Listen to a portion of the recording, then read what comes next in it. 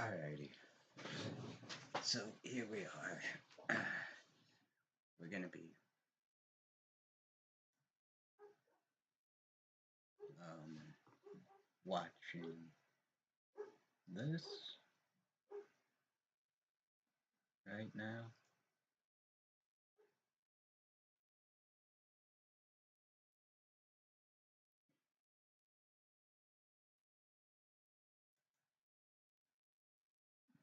Um,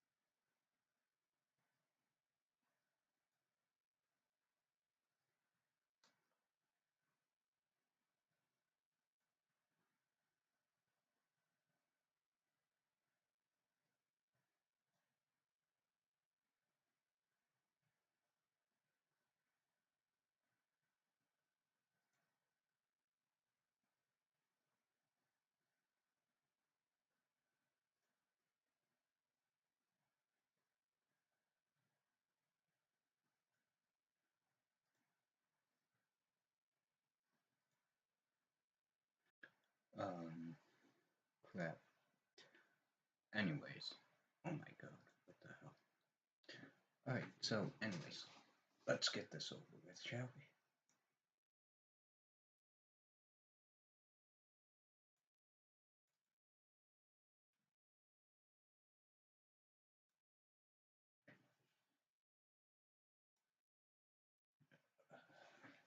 Here we go.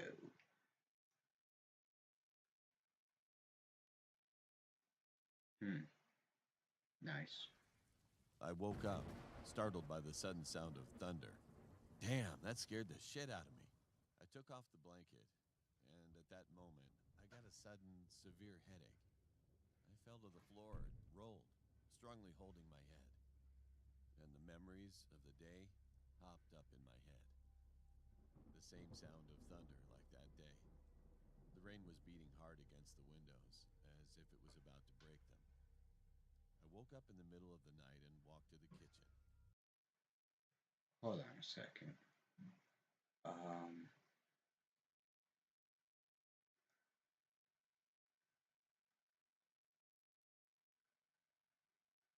uh,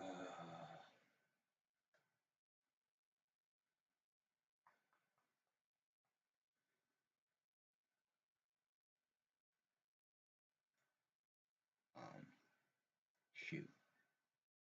Uh, uh, uh, uh,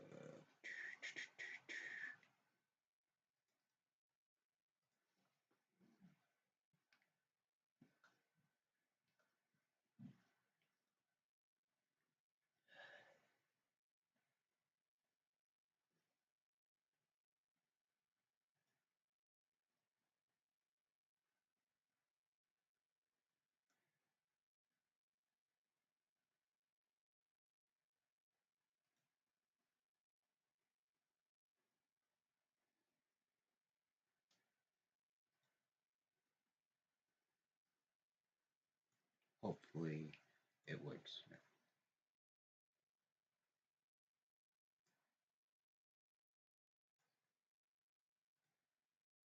What the heck?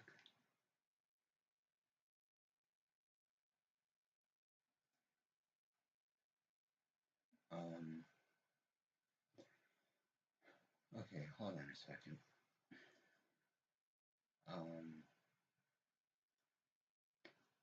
We'll be right back.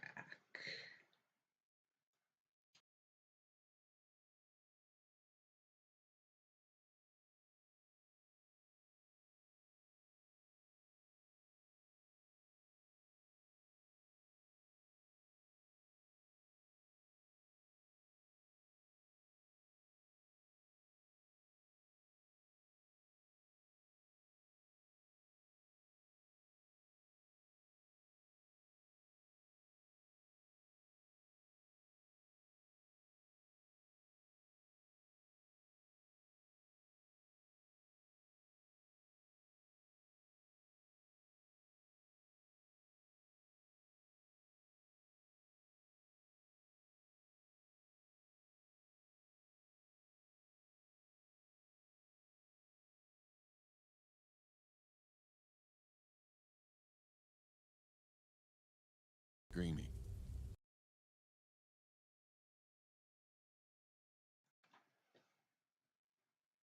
Okay. Well, shoot. Hold on.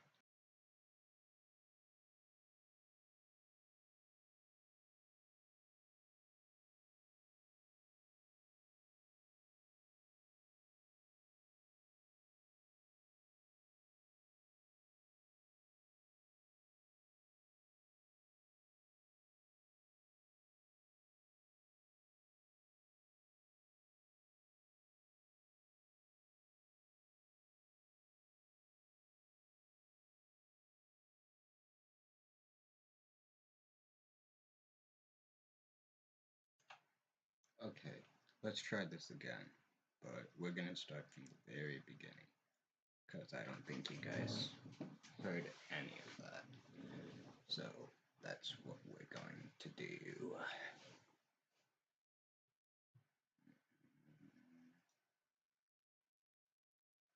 Let's see if you're able to hear I it. woke up, startled by the sudden sound of thunder. Alright, there we go. Damn, that scared the shit out of me. I took off the blanket, and at that moment, I got a sudden, severe headache. I fell to the floor and rolled, strongly holding my head. And the memories of the day hopped up in my head. The same sound of thunder like that day. The rain was beating hard against the windows, as if it was about to break them. I woke up in the middle of the night and walked to the kitchen. At that time, I heard a faint sound, which was really weird, like someone's mouth was suddenly gagged while screaming. But I couldn't hear properly because it was soon drowned out by the sound of rain. I drank up a glass of water, and all of a sudden I saw something standing at the front door of the next house, which was visible through the window in my living room. With a flash of lightning, I found a vague silhouette of a human who was getting rained on without an umbrella. Thinking if I saw things, I tried clearly to see what it was, but I couldn't because it was too dark.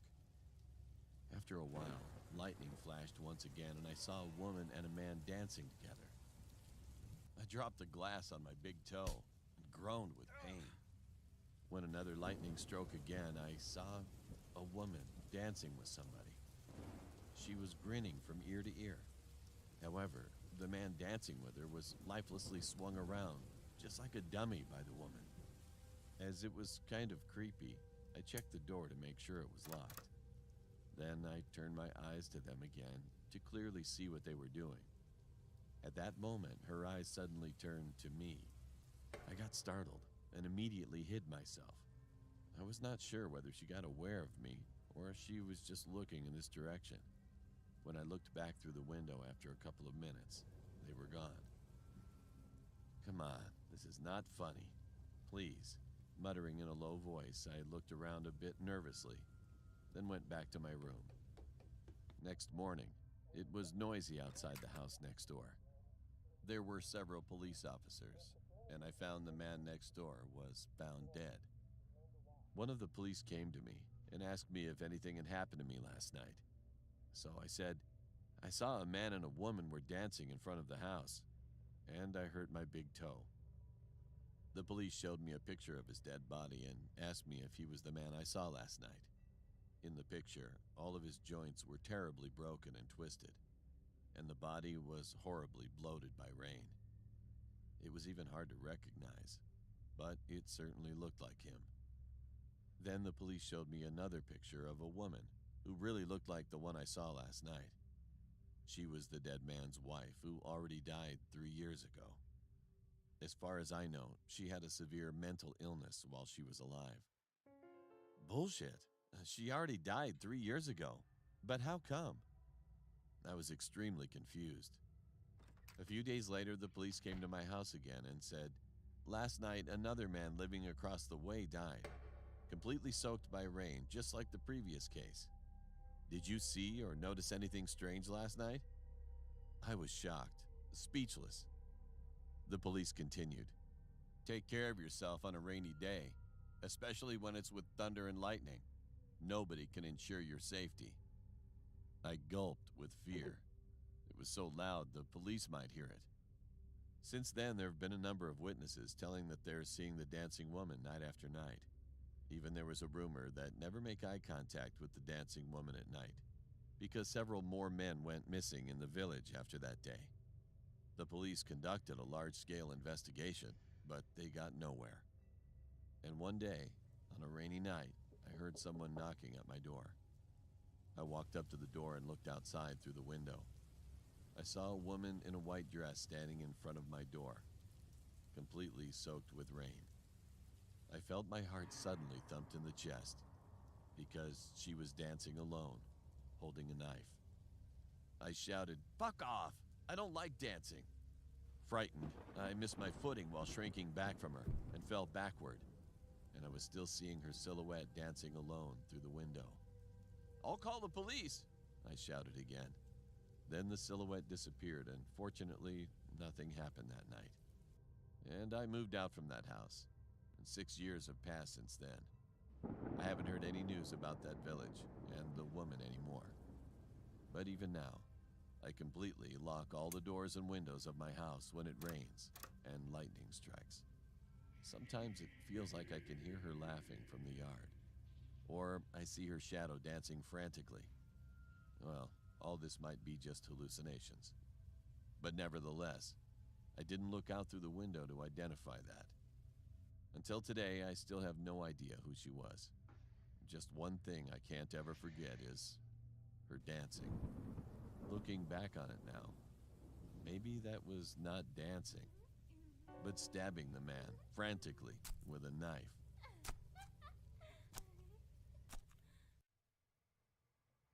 Wow.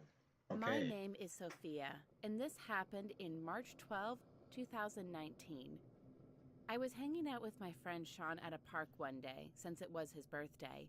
We were waiting for two of our friends, Drew and Covey, to get to the park.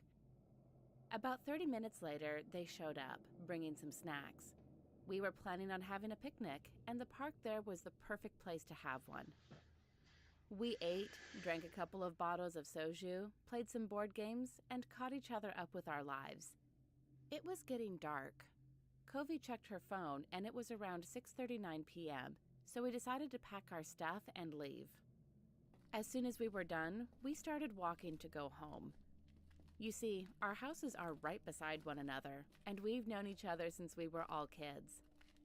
Putting that aside, we were now walking on a dimly lit road with a couple of houses here and there. I saw a woman dressed in white with black medium-length hair. The weird part is, I could tell she was low-key bruised, even in the distance, and had a hunched back. I told my friends about the strange woman. "Maybe she needs help?" Sean said, unsure. "Come on, it's getting late," Drew said. "Yeah, I agree with Drew. It's not safe around here," Covey laughed nervously. "But what if she really does need help?" I said back. I turned around to see the woman still there, hunched over like she was eating something. Sean and I agreed to approach the woman while the other two, let's just say they were holding each other's hands because they were scared. As we got close to the woman, we had this uneasy feeling, and we smelled something that was rotting. Sean tapped the woman and said, "Miss, are you okay?" Silence. The next thing I saw still scares me to this day. The woman turned around, and we saw a big bloody scar on her forehead down to her chin. And the worst part is, I saw a little girl's body lying on the ground with no intestines, blood gushing out of her stomach.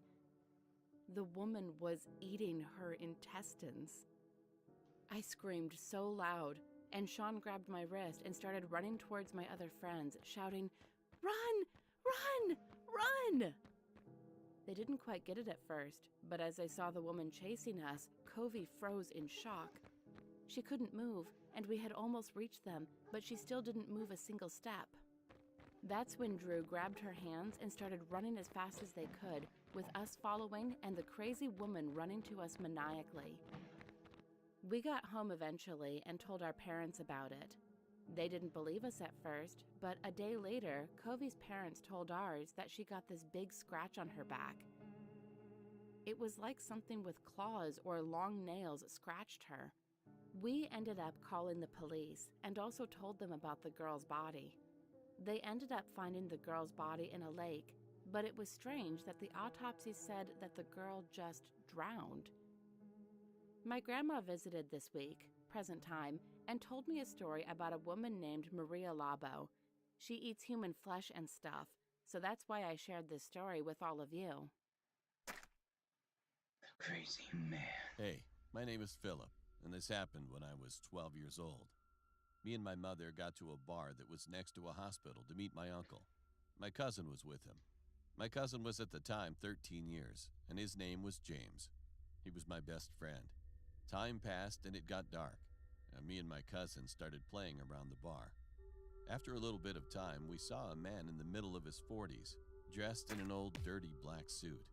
He was just standing there, looking at us. I got freaked out, and we ran back to our parents. Then me and my cousin implored our parents to let us do a sleepover at James' house. My uncle accepted, and after my uncle talked to my mother, she accepted too. We were so excited because we wanted to stay up late and tell horror stories while eating sweets. We got to James' house, but James' uncle had to go buy some food from McDonald's for us. It was 1 a.m., and we started telling horror stories. After the first horror story that my cousin told, I got freaked out, and we started playing games on his phone. After 10 minutes, we heard a loud noise that was coming from the kitchen. The window from the kitchen was destroyed. Someone broke that window with a stone. We got to the kitchen, and what I saw is still giving me nightmares. It was the man that was watching us near the hospital. He was in the kitchen with a large kitchen knife, just looking at us. Now I saw his face. He was dirty and had 2 scars on his face. He had his eyes wide open and he was smiling, but at the same time he was looking nervous. He looked insane. After 10 seconds, the man said something that gave me the chills. "Do you want to feel my knife?" At that moment, I was frozen in fear. Then James said, "No." Then the man got James and stabbed him in the stomach. He fell on the floor. Then the man asked me the question, "Do you want to feel my knife?" He approached me, and then because of the blood that was bleeding from James, and because of the fear, I vomited on the man. And after a couple of seconds, as he was cleaning his costume, he screamed at the top of his lungs. And then my uncle got in the house and stabbed the guy with the car keys. And then he punched the man very hard in his face, and he passed out. Then he saw James and started crying. I was crying and shaking. My uncle called the police, the ambulance, and my mom. My cousin survived, and my uncle and my mom increased the security in their houses. From that day, my mother didn't let me go to other sleepovers. Neither did my dad. According to police, the man had escaped from an insane asylum. He got in the asylum because he'd mutilated his wife and killed her. When the body was found, the woman had a long knife deep in her stomach, and the man was looking at her. The police were called because the neighbors heard the woman and the man screaming. Now I'm 23 years old, and I'm still thinking what would have happened if I hadn't vomited at that time, and if my uncle didn't enter the house in that moment.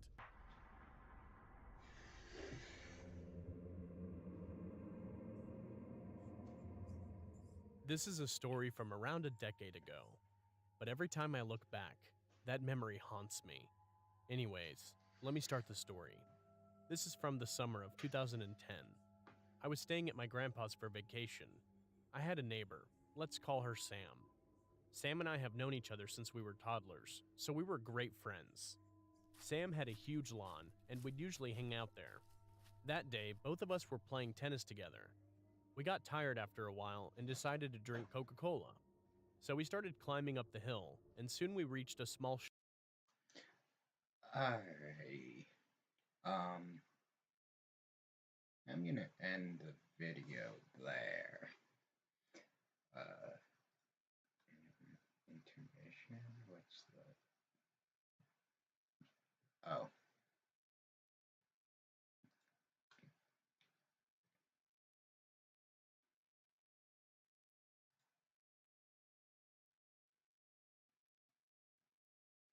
Heart. Alright. Yeah, so, hope you guys enjoyed this video. If you did, leave a like.